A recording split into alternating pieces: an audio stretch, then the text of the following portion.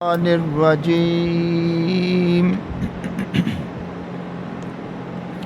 بسم الله الرحمن الرحیم۔ آج ہم انشاءاللہ سورہ المائدہ کی 97 نمبر آیت سے لے کے 100 تک کا مطالعہ کریں گے انشاءاللہ۔ ان آیات میں اللہ رب العزت نے بالخصوص کعبے کی فضیلت اور اہمیت کو اجاگر کیا ہے، تو دیکھتے ہیں اللہ تعالیٰ کیا فرماتے ہیں۔ اللہ رب العزت ان آیات میں فرما رہے ہیں جعل اللہ الکعبۃ البیت الحرام قیاما للناس والشہر الحرام والہدی والقلائد۔ جعل اللہ الکعبہ، اللہ نے کعبہ بنایا۔ البیت الحرام، حرام اس کو کہتے ہیں بزرگی والے کو، جو یعنی جہاں بہت سی چیزیں ممنوع ہوں، اور عزت احترام والا جو گھر ہو۔ بیت کہتے ہیں گھر کو، حرام بزرگی والا، عزت والا، احترام والا، قابل قدر۔ جی دیکھیں، جعل اللہ، بنایا اللہ نہیں ہے یہ، کیونکہ اس کے بارے میں بھی دو جو ہے نا وہ ہمیں ملتی ہیں روایات۔ ایک روایت میں یہ کہ اللہ تعالیٰ نے یہ بنایا گھر نیچے فرشتوں کے ذریعے آسمان سے بھجوا دیا، کیونکہ اس کے بالکل اوپر پھر بیت المعمور بنایا گیا 7ویں آسمان پہ۔ وہ فرشتوں کا کعبہ ہے، یہ انسانوں کا کعبہ اور جنوں کا کعبہ ہے، اس میں جن بھی طواف کرتے ہیں۔ تو دوسری پرسیپشن یہ ہے کہ حضرت آدم علیہ السلام اور اماں حوا کو اللہ پاک نے حکم دیا کہ ایک گھر جو بناؤ، تو یہ پہلی کنسٹرکشن بھی دنیا میں انہوں نے کی، پہلی سول کنسٹرکشن جس کو کہتے ہیں، کوئی گھر بنانا، کوئی چار دیواری بنانا، تو انہوں نے دونوں نے مل کے پھر یہ بنایا۔ لیکن یہ پھر کئی دفعہ منہدم بھی ہوا۔ حضرت نوح علیہ السلام کا جب سیلاب آیا تب بھی یہ جو ہے وہ بہہ گیا، لیکن اس کی فاؤنڈیشنیں رہیں، بنیادیں رہیں۔ پھر اللہ نے یہ بنیادیں حضرت ابراہیم علیہ السلام کو دکھائیں، پھر انہوں نے اس کے اوپر دوبارہ تعمیر کی۔ پھر بعد میں بھی اللہ کے رسول مقبول صلی اللہ علیہ وسلم کے وقت میں اس میں کچھ وہ ایکسٹینشن ہوئی، جب آپ نے پھر جو حجر اسود ہے وہ سرداروں سے پکڑوایا چادریں، آپ نے کہا چادروں کی 4 سردار تھے، پکڑایا، خود آپ نے اٹھا کے اس کو رکھ دیا، اس میں وہ بھی خوش ہو گئے اور سب خوش ہو۔ اس وقت تو اعلان نبوت ابھی نہیں ہوا تھا۔ تو اللہ تعالیٰ نے فرمایا جعل اللہ کعبۃ البیت الحرام قیاما للناس، لوگوں کے قیام کی جگہ، لوگوں کے ٹھہرنے کی جگہ۔ دیکھیں لاکھوں لوگ ٹھہر جاتے ہیں وہاں پہ، رات کو اپنا تھوڑا بہت ایسے سیدھا بھی ہو جاتے ہیں، ذکر اذکار بھی کر رہے ہیں، بیٹھے ہوئے ہیں، بیسمنٹ میں بہت لوگ ہیں۔ اور آپ دیکھیں جو رمضان میں تو آپ دیکھیں آخری حصے میں تو لاکھوں لوگ ہوتے ہیں۔ جی ہاں، جگہ جگہ پہ ہر ایک کا اپنا اپنا وہ بوریا بستر ہوتا ہے، جگہ ہوتی ہے، اس کے سامان ہوتا ہے۔ تو قیام للناس والشہر الحرام والہدی والقلائد۔ ہدی کس کو کہتے ہیں جی؟ قربانی کی جگہ۔ اور قلائد کس کو کہتے ہیں؟ گلے میں جو پٹے ڈالے ہوتے ہیں، اس کی جمع ہے، ٹھیک ہے؟ مطلب جو جانوروں کو پٹے ڈال کے لاتے ہیں۔ صرف جانوروں کی بات نہیں ہے، پہلے زمانے میں جو بندہ اپنے گلے میں کوئی ہار سا ڈال لیتا تھا، یا کوئی ایسی نشانی جیسے کوئی تسبیح ہے بڑی، تو لوگ سمجھتے تھے کہ یہ حج پہ جا رہا ہے، اس کو کوئی تنگ نہیں کرتا تھا، اس کو کوئی پریشان نہیں کرتا تھا۔ اسی طرح کسی جانور کے بھی گلے میں اگر وہ پٹا باندھ دیتے تھے اور وہ ساتھ چل رہا ہوتا تھا، تو سمجھ جاتے تھے کہ یہ ہدی ہے، اور یہ وہاں پہ جو بیت الحرام جا کے وہاں اس کو اللہ کی نظر کیا جائے گا۔ تو اس کو کچھ نہیں کہتے تھے، یہ اسلام سے پہلے بھی یہ رواج تھا اور پہلے بھی اس کا احترام اسی طرح تھا. اور یہاں پہ اگر اپنے باپ کا قاتل بھی سامنے آ جاتا تھا تو اس کو قتل نہیں کیا جاتا تھا حرم کے اندر, اس سے بھی جو ہے وہ کنارہ کشی کر لی جاتی تھی. اور اندر دنگا فساد ویسے ہی منع تھا. آج بھی آپ دیکھیں مکہ بھی امن کا شہر ہے, کبھی وہاں دنگا فساد نہیں ہوا حرم کی برکت سے. اور ابراہیم علیہ الصلوۃ والسلام کی دعا سے انہوں نے دعا کی کہ اللہ تعالیٰ اس کو جو ہے نا امن کا شہر بنا دے اور اس کو پھلوں کا شہر بنا دے. تو آج دنیا میں کہیں پھل ہو نہ ہو, مکہ میں آپ کو ضرور مل جائے گا. ہر چیز فریش آپ کو ملے گی وہاں, ہر پھل. حالانکہ وہاں پہ بہت کم پھل ہوتے ہیں, کھجوریں ہیں یا کوئی تھوڑے بہت اور ہیں, باقی سب باہر سے آتے ہیں. لیکن اللہ کا ایسا نظام ہے کہ کبھی پھل ختم نہیں ہوتا.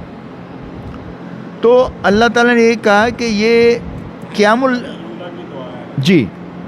للناس جو ہے یہ بڑا اہم ہے. قیام للناس کہ لوگوں کے قیام کی جگہ ہے, لوگوں کے لیے لوگوں کے قیام اور گزران کا باعث قرار دیا گیا. یعنی یہاں رہ کے لوگ گزارا بھی کرتے ہیں اپنا, پانی زمزم پی لیتے ہیں, کھجوریں ان کو اکثر مل جاتی ہیں وہاں سے, تو کھجور اور اس پہ چلتے ہیں. رمضان میں تو خیر بہت کچھ ملتا ہے, لیکن عام دنوں میں لوگ کھجور اور زمزم پہ ہی گزارا کر. بعض ایسے ہیں جو زمزم ہی صرف پیتے ہیں, اور زمزم کا رسول کریم نے فرمایا کہ اگر آپ خوراک کے لیے پیو اس کو, یعنی بھوک کے مٹانے کے لیے, تو یہ کھانے کا کام کرے گا. اگر ویسے پینے کے لیے پیے تو یعنی اس میں اتنی اللہ نے صلاحیت رکھی ہے, اس میں کوالٹی ہے زمزم میں کہ وہ آپ کا پیٹ بھی بھر دے گا, آپ کی بھوک ختم ہو جائے گی, سیر ہو جائیں گے آپ. تو بہت سے لوگ ہیں جو صرف زمزم پیتے ہیں بہت بہت عرصہ رہ کے صرف.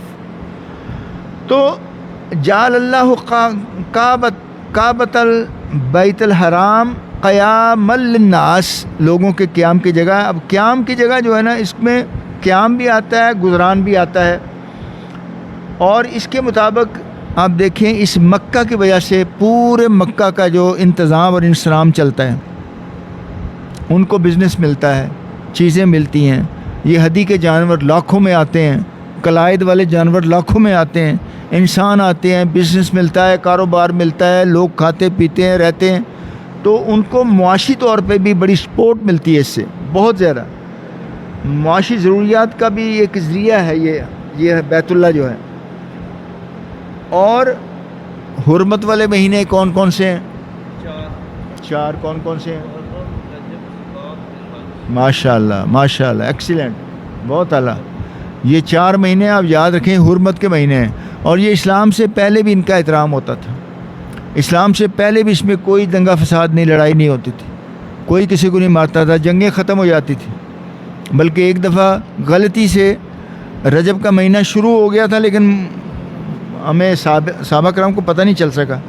تو کسی مڈ بھیڑ میں تھوڑا سا جھگڑا ہوا, تو مسلمانوں سے ان کا قتل ہو گیا, ایک دو بندے کفار کے. تو انہوں نے بڑا شور مچایا, یہ رجب شروع ہو گیا تھا, کیونکہ وہ 30 تاریخ تھی, تو بعض وہ 29 کا ہو جاتا ہے, بعض 30 کا, تو وہ کنفیوژن ہو گیا. لیکن انہوں نے بہت اس چیز کو اٹھایا. تو رجب, ذی قعدہ, ذی الحجہ اور محرم, 4 یہ جو ہے یہ مہینے ایسے ہیں جن کو ہم کیا کہتے ہیں, حرمت والے مہینے کہتے ہیں. اور ان تمام چیزوں سے فائدہ کس کو ہوتا ہے؟ اہل مکہ کو فائدہ ہوتا ہے. تو اس لیے یہ کہا گیا کہ یہ معاشی طور پہ بھی ان کے لیے بہتر ہے, قیام کی جگہ ہے, گزران کی بھی جگہ ہے. یعنی اس کی وجہ سے پورا انتظام انسلام چلتا ہے. معاشیت ان کی جو ہے, معیشت جو ہے, وہ بھی اس کی وجہ سے وہاں چلتی ہے. آگے فرمایا ذالک تعلموا ان اللہ یعلم ما فی السماوات وما فی الارض. ذالک لتعلموا, یہ اس لیے ہے کہ تمہیں پتہ چل جائے, تم جان لو, تمہیں علم ہو جائے. ان اللہ یعلم, اللہ جانتا ہے, ما فی السماوات وما فی الارض, زمین و آسمان میں جو کچھ بھی ہے اللہ کو ایک ایک چیز کی خبر ہے. ایک چونٹی بھی کہیں چل رہی ہے, پہاڑ کی کھو میں بھی چل رہی ہے, اللہ کو پتہ ہے کہ یہ چونٹی جا رہی ہے, اس نے کیا کھانا ہے, کتنا کھانا ہے, اس نے کہاں رہنا ہے, وہ آیت میں کسی وقت وہ بھی پیش کروں گا، مجھے مل گئی تھی، میں لے آیا ہوں، اس میں ہے میرے پاس آیت، لیکن وہ کسی وقت بتاؤں گا آپ تو اللہ تعالیٰ کو تو ہر چیز کا پتہ ہے. وَأَنَّ اللَّهَ بِكُلِّ شَيْءٍ عَلِيمٌ، اور اللہ ہر چیز کا علم رکھنے والا. مطلب اللہ کو یہ بھی پتہ ہے کہ یہ جو روح ہے یہ سعید ہے یا یہ بری روح ہے، اچھی روح ہے یا بری روح ہے، اور اس نے کتنا عرصہ جینا ہے، یہ کس طرف جائے گی، ملان کس طرف ہوگا، یہ دیندار ہوگا نہیں ہوگا، مومن بنے گا نہیں بنے گا، متقی بنے گا نہیں بنے گا، ایک عام سادہ مسلمان ہوگا یا مومن ہوگا، سارا کچھ اللہ کو پتہ ہے کہ جو وہ کرے گا اللہ کو اس کا ہر چیز کا علم ہے. آگے فرمایا اعلموا ان اللہ شدید العقاب وان اللہ غفور رحیم. اعلموا، جان لو تم، ان اللہ شدید العقاب، اللہ بہت زبردست ہے حساب لینے میں. شدید کہتے ہیں زبردست کو، عقاب کہتے ہیں حساب لینے والے کو. یعنی عذاب میں، عذاب، یہ شدید العقاب کا مطلب ہے عذاب، یعنی عذاب میں بھی اللہ تعالیٰ بہت شدید ہے، عذاب میں بہت شدید ہے اور حساب میں بھی اللہ بہت شدید ہے. وَأَنَّ اللَّهَ غَفُورٌ رَحِيمٌ، اور اللہ تعالیٰ بخشنے والا اور مہربان ہے. جب اللہ نے ساتوں آسمان زمین بنائے، کائنات بنائی، تو پھر کیا لکھا؟ آسمان پر لکھ دیا رحمتی یغلب علی کل شیء، میری رحمت ہر چیز پر غالب ہے.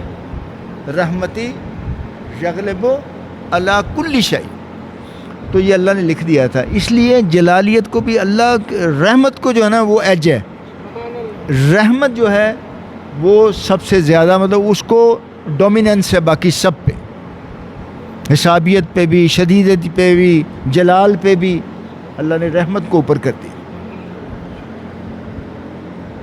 ما للرسول الا البلاغ، اللہ کے رسول پر تو اس سے اوپر کچھ نہیں کہ وہ جو اس کو پہنچا دیا گیا، کہا گیا، اس کو پہنچا دے، یعنی صاف صاف صحیح صحیح اس کو دوسروں تک پہنچا دے، اس کی بلاغت کر دے. واللہ یعلم ما تبدون وما تکتمون، اور اللہ کو اس چیز کا بھی علم ہے جو تم ظاہر کرتے ہو اور جو تم چھپاتے ہو. جو تم سینوں میں چھپاتے ہو اس کا بھی اللہ کو پتہ ہے، جو تم ظاہر کرتے ہو اس کا بھی اللہ کو علم ہے. ایک اور جگہ فرمایا اولا یعلمون، کیا تم نہیں جانتے، ان اللہ یعلم ما یسرون وما یعلنون.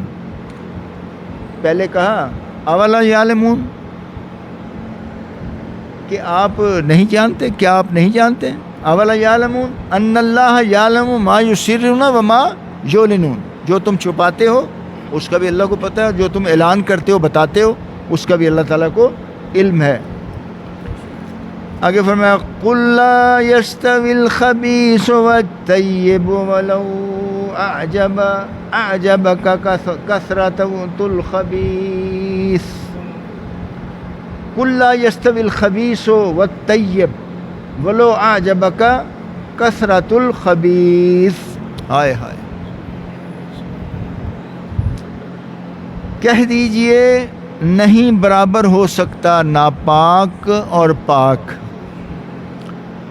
طیب اور خبیث کبھی برابر نہیں ہو، ایک جیسے نہیں ہو سکتے. ولو اعجبک کثرت الخبیث، اگرچہ ناپاک جو چیز ہے وہ کثرت میں بھی کیوں نہ ہو، آپ کو بھلی بھی لگے، لیکن وہ ناپاک ہے. کیا بات ہے. حضرت عمر بن عبدالعزیز رحمۃ اللہ علیہ، جن کو عمر ثانی کہا جاتا ہے،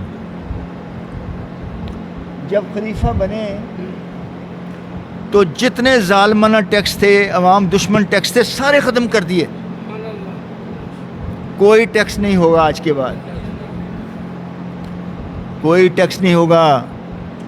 ایک گورنر نے خط لکھا, اس نے کہا جناب والی خزانے خالی ہو گئے ہیں, یہ حکومت کا انتظام انصرام کیسے کریں گے, کیسے چلائیں گے.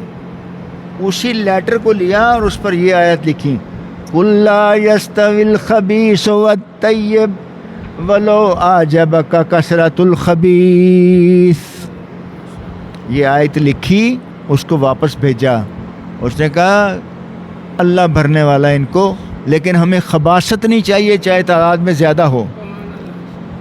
ہمیں وہ برا مال نہیں چاہیے, ہمیں وہ ظلم والا مال نہیں چاہیے. اللہ نے ایسی برکتیں ڈالی, پھر خزانے بھی بھر گئے, ہر چیز ہو گئی. آج آپ دیکھو کہ ہر چیز پر ٹیکس لگانے کو پھرتے ہیں کہ جی سانس پہ بھی پتہ نہیں اب شاید ٹیکس لگا دیں, کہ پانی کتنی دفعہ پیتے ہیں, بیت الخلاء کتنی دفعہ جاتے ہیں, اور کیا مطلب یہ اٹھتے بیٹھتے ہیں, کھاتے کتنی دفعہ ہیں, اس پہ بھی ٹیکس لگاؤ. تو انا للہ و انا الیہ راجعون. مطلب آپ سیدھا کرو کہ 2.5% لگا دو کہ جو صاحب حیثیت ہے وہ جمع کرائے خزانے میں. ہاں جی زکوٰۃ, ہاں جی ہاں جی.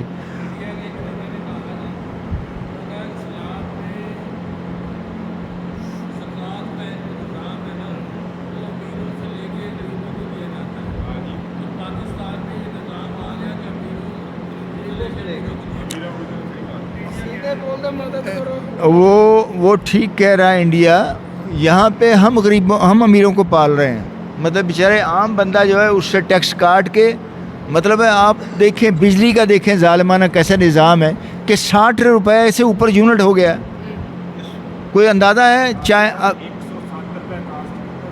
جی ابھی ایران نے کہا ہے کہ میں 5 روپے یونٹ دیتا ہوں پاکستان کو, لے لو جتنی بجلی چاہیے. لیکن وہ کیوں, کیونکہ خود کھا رہے ہیں نا اس میں سے, اس لیے وہ نہیں چاہتے.